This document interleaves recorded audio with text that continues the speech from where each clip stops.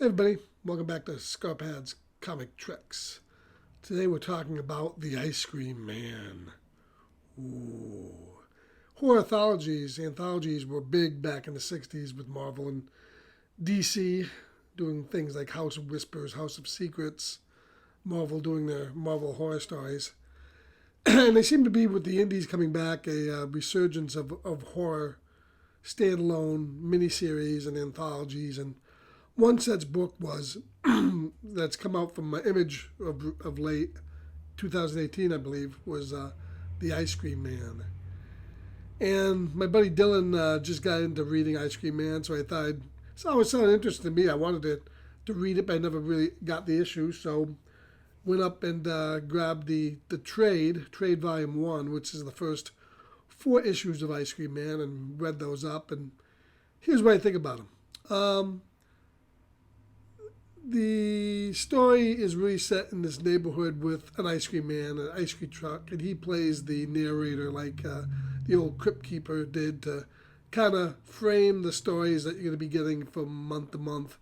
And because it's an anthology, the stories do vary in tone and quality, I thought.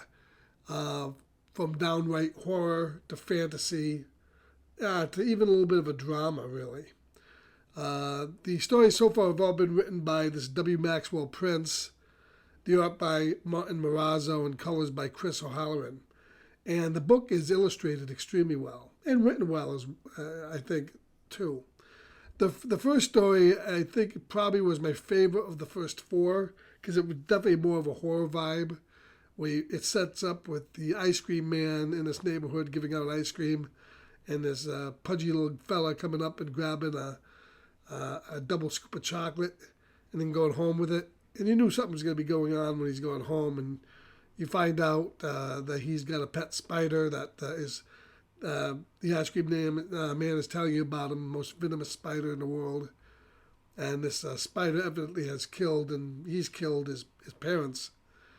And the story switches between his story and the story of a detective that's going to be eventually coming into the scene and investigating the situation.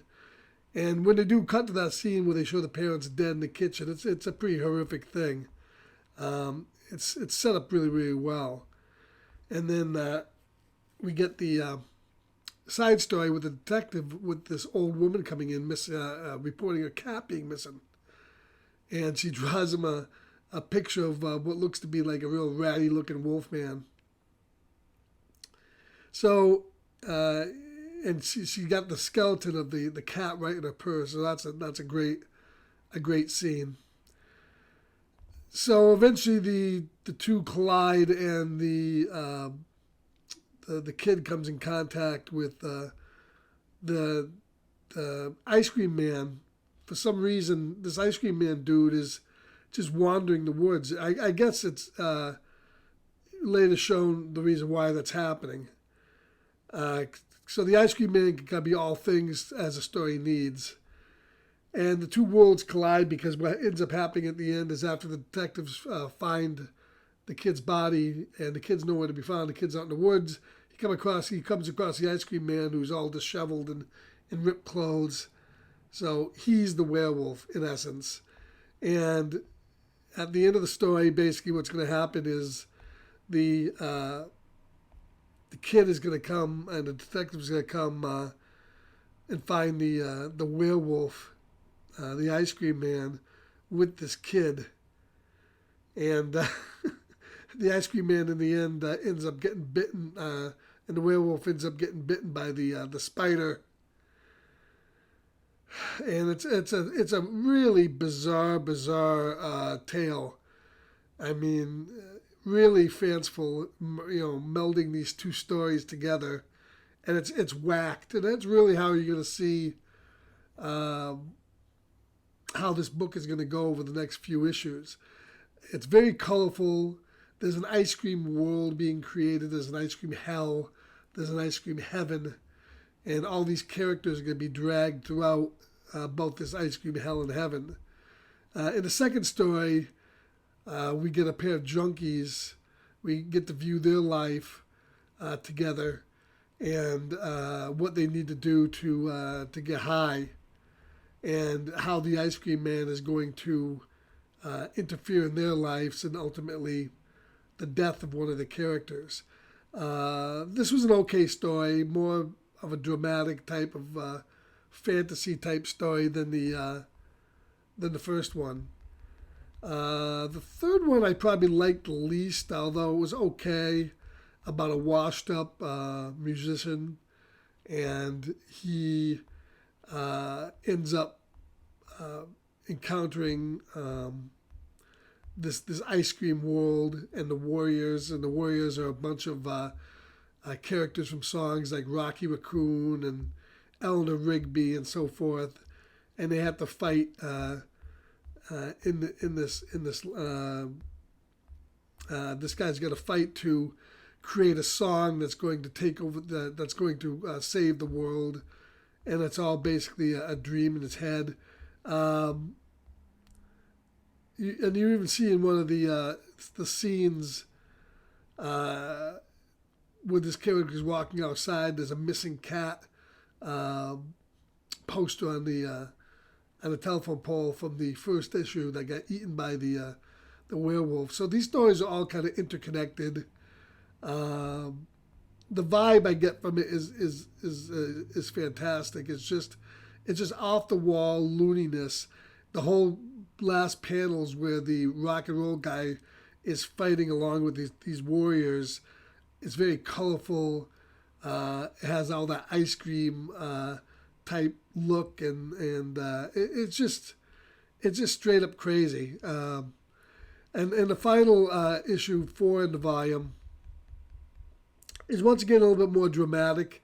This guy is going back to a friend's funeral where he has to give the eulogy, and his wife is pregnant, and the whole issue is kind of a treatise on deadbeat dads or potential deadbeat dads.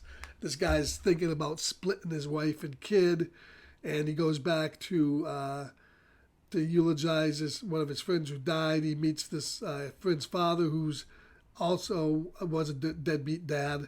I love all the past scenes where they're exploring this, and the dad saying, "Well, yeah, I went and lived in a commune for 7 years where it was nothing but like sex, drugs, wild animal partying, and fucking. I know that sounds good, kid, but it really wasn't." Yeah, he really was convincing his issue there, his pushing his narrative. So in the end, the father and the friend's son have a drink together. They end up he ends up saying, "Well, what would you want to do if you want to hold your son one more time?" And they go back, and the body, and that's what doesn't make too much sense. That's why it's kind of a fantasy. The guy's being buried tomorrow, and they just leave the casket out by the grave with the guy's body in it. So they go, and the father hugs the kid's body. In between all that, there's a scene that's just whacked where the kid Chris that died is in, I guess, an ice cream purgatory, being worked on by all these different denizens of the ice cream world, and it's just whacked. It's just right in the middle of the thing, but it provided a little bit of horror to an otherwise kind of dramatic story.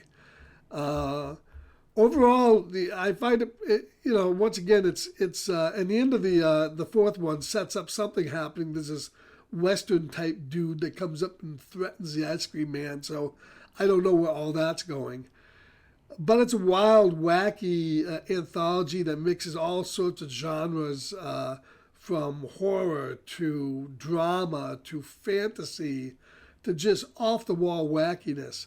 The colors really pop in all 4 of these books that I've read so far. The whole title Ice Cream Man really fits because it's the overall theme. There's something going on in ice cream world, an ice cream hell. And it's an interesting read. Only I think indies can get away with this type of stuff where they really shoot the moon with their stories. So I really enjoy it. I'm going to be back for volume 2, and hopefully then I'll give you a little bit of an idea where the next 4 stories go. So I hope you enjoyed my little review and analysis of Ice Cream Man. It's a really good series. Came out in 2018. There's about 4 trades out right now, and I really recommend that. I know they're up on Hoopla. If you don't want to buy them, if you want to just read them, go get yourself a Hoopla account. All you need is a library card and sign up, and you can read them up there for free. So, once again, go get your dish of ice cream. Don't forget to keep on trekking, keep reading, and we'll catch you later.